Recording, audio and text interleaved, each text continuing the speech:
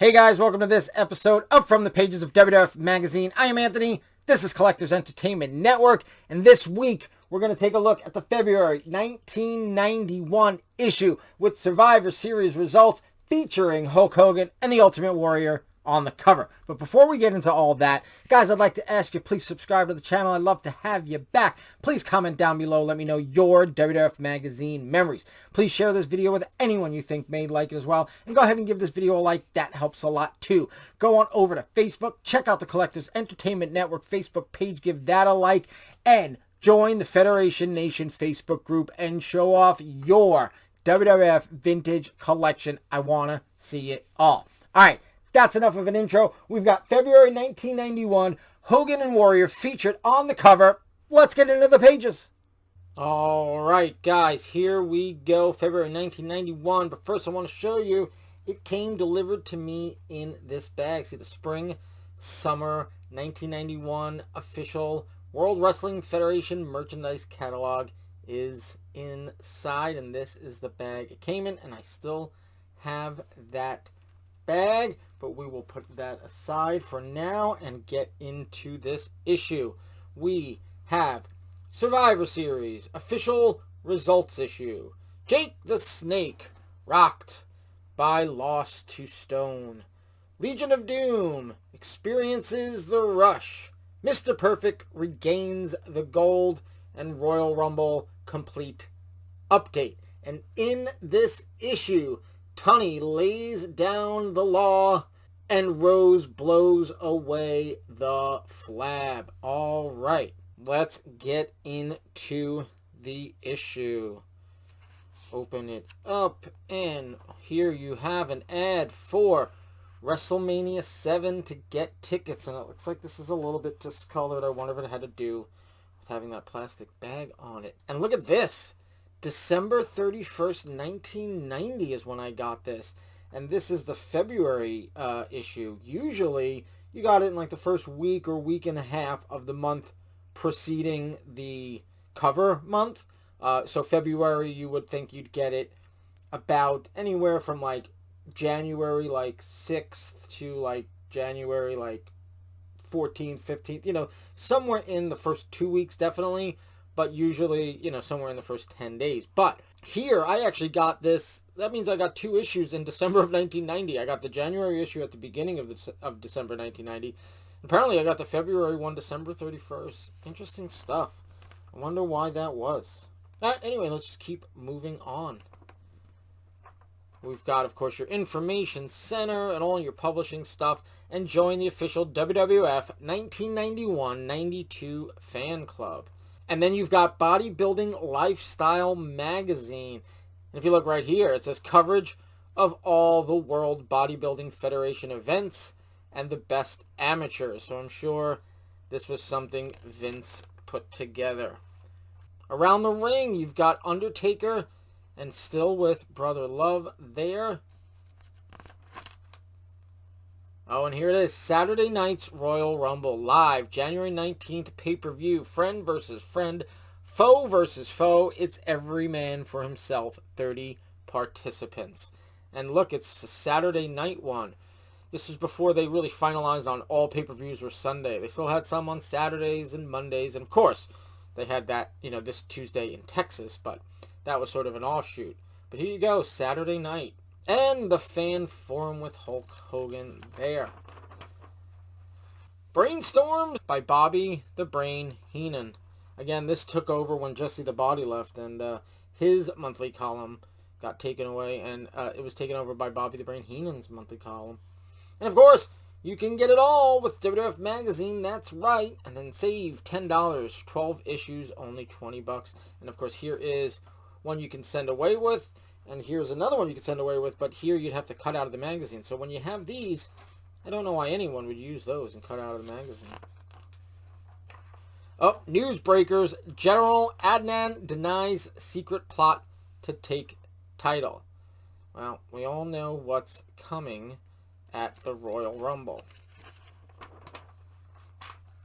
Personality profile, Playboy Buddy Rose. It's interesting because he was He was in the WWF before, I believe, and then he like went away for many years, and then here he is back. And this these were some like crazy like fake commercials on TV, you know, on WWF programming, not real regular TV.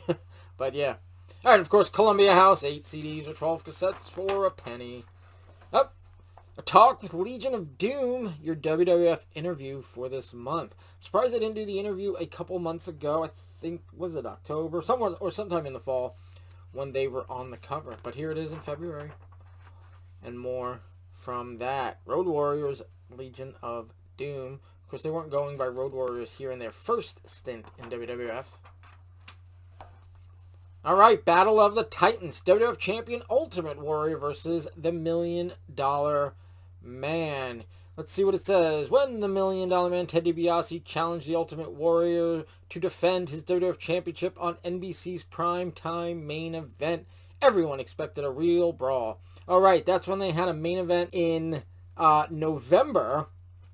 And I had just actually gone and back and watched this because I was wondering why they had a main event in November. But the banners say Saturday night's main event. So I feel like they filmed the Saturday night's main event, and then they, you know, like whatever, NBC couldn't schedule it or they had to put something else on. So they did it as a main event.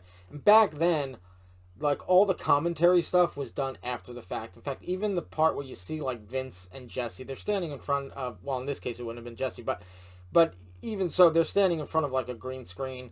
And sometime in like earlier, I think in like 1990, they switched over after the February main event in 1990. I believe after that, all of them were sort of done after the fact. But anyway, all the banners say Saturday night's main event.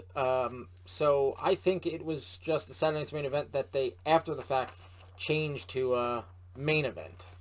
But here you go, some more of that match. And of course, Macho Man got involved. And then there's the Warrior grasping his championship. The Sensational Queen circled the brutalized Warrior like a vulture, waiting to pluck out his eyeballs. Oh, that's just lovely. All right, the Perfect Friend. Mr. Perfect takes the Intercontinental title with more than a little help from Ted DiBiase. What did he do? I don't remember. Do you guys remember what DiBiase did? He just came out and, it looks like he just came out and interfered in the match, I guess. You robbed me of that victory, you thief and cheat. I'll never forget, never forgive. I guess that is Texas Tornado Kerry Von Erich saying that. And here it is. Looks like it was on an episode of Superstars of Wrestling. All right, and the official Royal Rumble souvenir program on sale January 22nd. And of course, you guys know I have that. So this would be the 1991, January 19th, 1991, Miami Arena, Miami, Florida. I've got it, guys. We can go over it one day. But when I like to go over the programs, I like to have watched the event, like, you know, a day or two before, and sort of get familiar with the event so we could talk about the event and go over the program. So, and that reminds me, if you guys got any events you want, say from like 88 to like 92, 93, I should have the programs. You guys let me know. Because I used to buy them all on newsstand. All right, WWF Trivia. You got WWF stuff, made for each other, other sports, odds and ends, and quotables. And the official WWF merchandise catalog, spring, summer 1991. Ooh, free mystery gift. What do we got here? Of course, we've got an Ultimate Warrior page. We've got a Hulk Hogan page. We've got your kids' corner. You got stuffed animals. You got wrestling buddies. You've got hats. You got sort of painting things and coloring things. That's great. And look, some WWF kids gear right there. And as I've told you guys before, I actually have this Ted DiBiase wrestling buddy. Now, when I say I have it, I guess kind of my son has it. It's not from me. It's not from when I was a kid. My brother-in-law, my wife's brother, he had it. And I don't know if he had it as a kid or whatever, but when we started having kids, he gave it to one of my kids. I don't know if he gave it to my oldest, who's a girl, and then she just passed it on to her little brother at some point. I feel like that's what happened. Or he gave it to my son, who's, younger. He's only 7 at the time of this recording. So I'm not sure if he gave it to my oldest, who's a girl, who then gave it to my son, or my son just took it because things just managed to find their way into his room, or he gave it to him. But either way, it was given to one of my children, and it is by my brother-in-law, and now it is in my house, and we have it, and it's on my son's bed, kind of stuffed in the corner most of the time. But the funny thing is I don't remember. See, this is why I think it was my oldest daughter, because I kind of remember telling them it's the $1 Million Man, it's the $1 Million Man, and they couldn't say $1 Million Man, whether this was my daughter or my son. And what came out was the Din Don Man. So he's still referred to as the Din Don Man in my house. At least the pillow is. Alright, keep on going up. T-shirts, it looks different. We got a different sort of layout than the regular one, with all the, the 3 rows kind of thing. I mean, I guess it's still 3 rows, but it is a little different. And you've got the order form that's right here, which is different. It's actually a separate piece as opposed to just a page. So there you go. Special WWF Summer Sale Offers. Which is weird because, yes, this is technically the spring-summer catalog. But, I mean, it's dated for February. And, heck, I got it December 31st. So why they're calling it the spring-summer catalog is beyond me. But that's what they were doing. All right, WWF novelties. You've got Hulk Hogan wall hang. You've got some cool plastic cups, tote bag, the toy championship belts. Looks like a kite. Warrior wall hanging. Good stuff. Some lanyards, some other stuff. Was that a pillowcase? Looks like the Road Warriors or a Legion of Doom pillowcase. Pretty cool. And of course, you've got posters. What 80s and 90s kid WWF fan room was not complete with posters of their favorite wrestlers? Now, none of these I had, because by this point, I mean, I was in 8th grade, so I was still watching wrestling, obviously, still buying them. But I wasn't buying the posters. And plus, I still had posters of my favorites. I had a Hogan. I had the Macho Man. You know what? I did have a Warrior one. The one where he's like with the space background. I have the Macho Man and Liz on the beach one. I had a Billy Jack Haynes one. I don't know why. I guess I just like Billy Jack Haynes. Alright. Ultimate Warrior. Larger than life poster. And of course, have it all. Your back issues to WWF magazine and programs and all the other things like Spotlight and Superstars. And here we go. Survivor Series results. Warriors versus the Perfect Team. And if you guys remember, this is the 1990 Survivor Series. It is the debut of The Undertaker, which we will get to in just a minute. Here it is, the Dream Team versus the $1 Million Team, and this is it right there. Now, I'm not sure if he had recorded a, Superstars or Wrestling Challenge before this, and then so they had it ready to go out, the Saturday after. You guys let me know. So he might have actually recorded, but this is the first televised, when it was televised debut. Plus, he might have even done house shows. I don't know. But as far as televised, this is his debut. This is where we all got introduced to him. All right, the Vipers versus the Visionaries. That's Jake the Snake's team versus the model Rick Martel's team. The Hulkamaniacs versus the Natural Disasters. Obviously, that's Hulk Hogan's team versus Earthquake's team. That was the big rivalry for Hogan at that point. You've got the Alliance versus the Mercenaries. I think it was Sergeant Slaughter, but I think the team captain might have been Nikolai Volkoff. I'm not sure. And then the survival match. It's definitely the first and I think the only time they did a survival match. But of course, Warrior was champ, so he had to be there at the end of the event. And Hogan was Hogan, so he wasn't going to let Warrior have the spotlight. And if you don't put them in the same match, you've got to get them both out there. So Hogan can do his poses, but Warrior's champ, so you have to have the champ also be the center of attention. All right, salt in the wound. Jake blamed the model for the embarrassing loss. All right. more of that. This was when the model like shot him with some perfume or cologne or whatever it was. Arrogance, I guess it was. Shot him in the eyes with that. Royal Rumble, January 19th, 1991. Miami Arena, Miami, Florida. Showing off the Warrior versus Slaughter in the title match that would show Slaughter win the title. Sorry, spoiler alert. And then you've got Bossman versus the Barbarian. And then here are some of the other matches. I know you've got Dusty Rhodes and Dustin Rhodes versus DiBiase and Virgil. And it looks like you have the Rockers versus the Orient Express. And here you go with the Royal Rumble participants. All right, let's run through who we got on here. You got Hogan, Bulldog, Haku, Hercules, Smash, Jake the Snake, Macho Man, Hacksaw Jim Duggan, Honky Tonk Man, and Greg Valentine. You've got Earthquake, one of the Bushwhackers, I never remember which one, Rick the Model Martel, Bret the Hitman Hart, Animal from LOD. You got Kerry Von Erich, you've got a mystery person. I don't remember who that mystery person is. You guys tell me. You've got, who is that? Shane Douglas. You've got Warlord. You've got Jimmy Snuka. You've got Mr. Perfect. Jim the Anvil Neidhart. Saba Simba. Paul Roma. The Undertaker.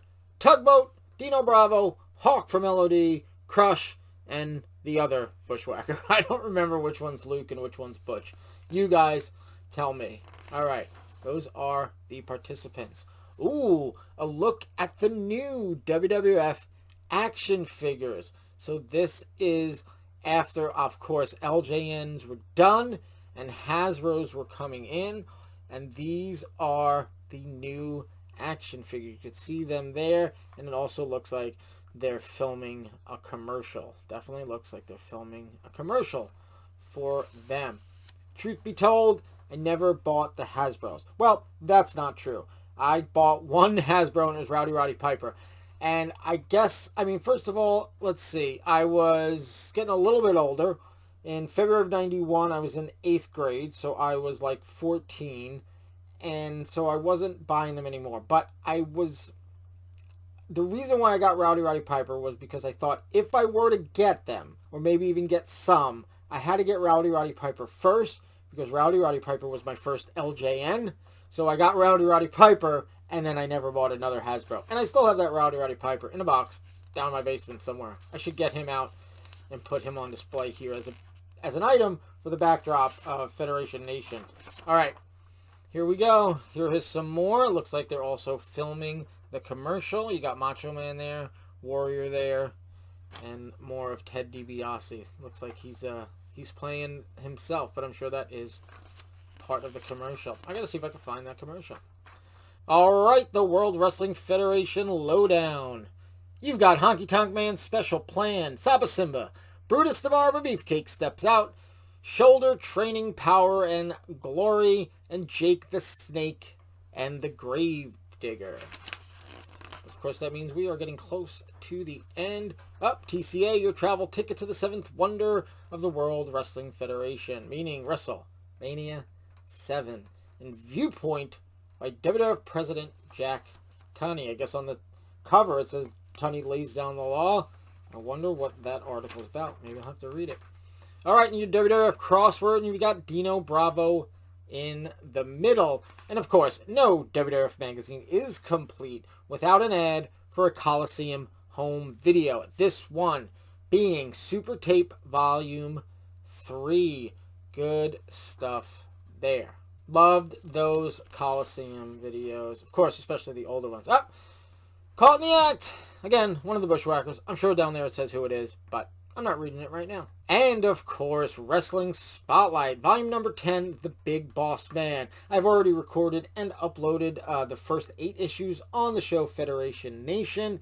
I have not yet gotten to volume 10, but that is at the time of the recording of this video. It may be coming out in the next weeks or months to come. But again, if you're watching this video in weeks or months or even years from now, there's a good chance. So go check out Federation Nation, see if I've got it up. All right, let's get to the back cover. WrestleMania Challenge, only the strongest survive, and that is, looks like, for the Nintendo by LJN. So they still had a partnership with LJN.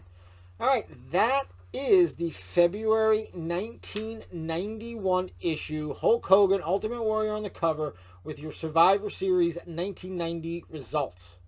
All right, guys, that was the February 1991 issue with your Survivor Series results featuring Hogan and Warrior on the cover.